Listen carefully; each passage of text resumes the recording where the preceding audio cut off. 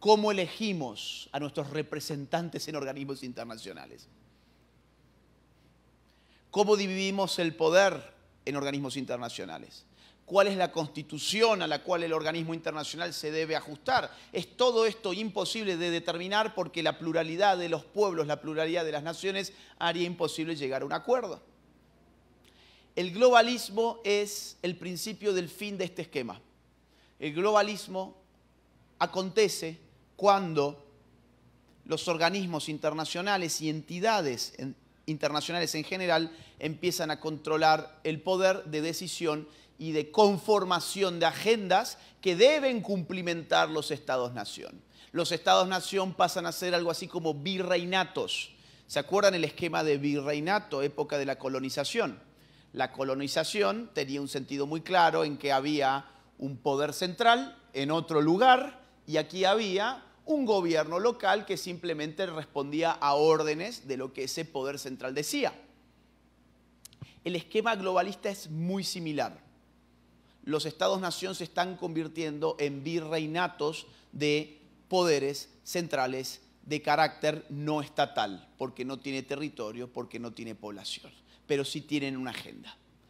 Y esa agenda se llama Agenda 2030. No voy a concentrar todo en Agenda 2030 porque nos perderíamos de vista que el globalismo es un fenómeno más complejo todavía que la sola Agenda 2030.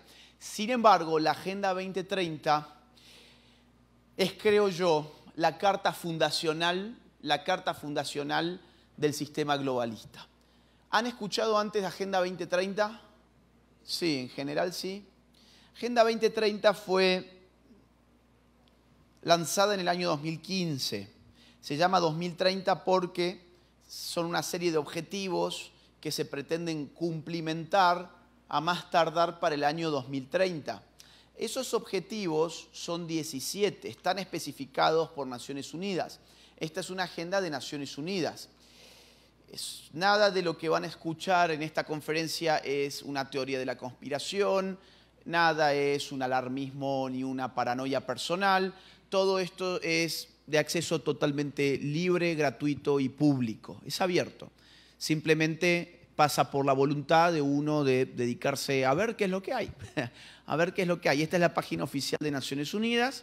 La Agenda 2030 se llama también la Agenda para los Objetivos del Desarrollo Sostenible. Y son 17 objetivos. Son 17 objetivos que cuando uno los lee parece prácticamente una carta a Santa Claus.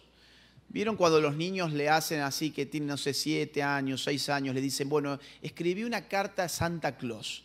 Y el niño pide cosas que el padre no le va a poder comprar.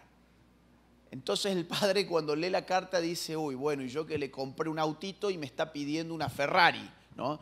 Decís, bueno, vamos a ver cómo hacemos con este niño para que no se decepcione.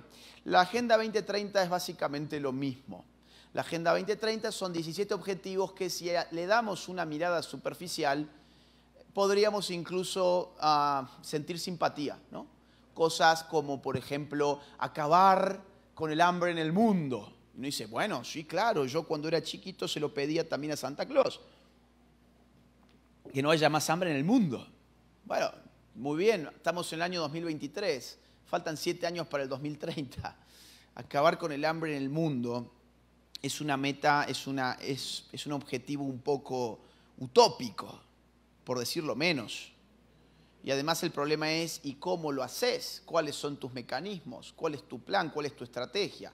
Esto está diseñado, esto está redactado de modo que cualquiera que se oponga se convierta en el villano de la película. Claro, y uno tiene que saber muy bien en qué consiste la letra chica para explicar que uno no es el villano de la película, sino que es aquel que está tratando de pensar en la película.